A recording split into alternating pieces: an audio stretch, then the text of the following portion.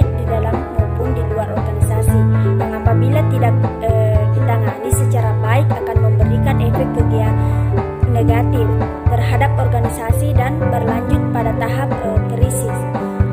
Adapun kebijakan adalah rangkaian konsep dan asas yang menjadi garis besar dan dasar rencana dalam pelaksanaan suatu pekerjaan, kepemimpinan dan cara bertindak. Adapun isu kebijakan pendidikan adalah suatu hal yang terjadi dan tersebar di masyarakat mengenai kebijakan pendidikan yang apabila tidak ditangani dengan baik akan menimbulkan masalah yang serius dalam kebijakan pendidikan.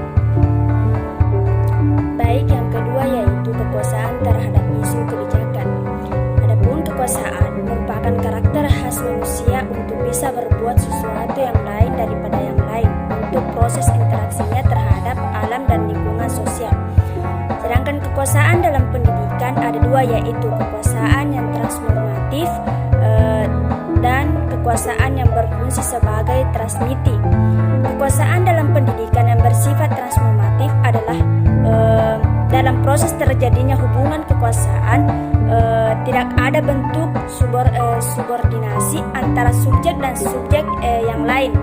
Sedangkan kekuasaan sebagai transmitif yaitu terjadinya proses transmisi yang diinginkan oleh subjek yang memegang kekuasaan terhadap subjek yang terkena kekuasaan itu sendiri.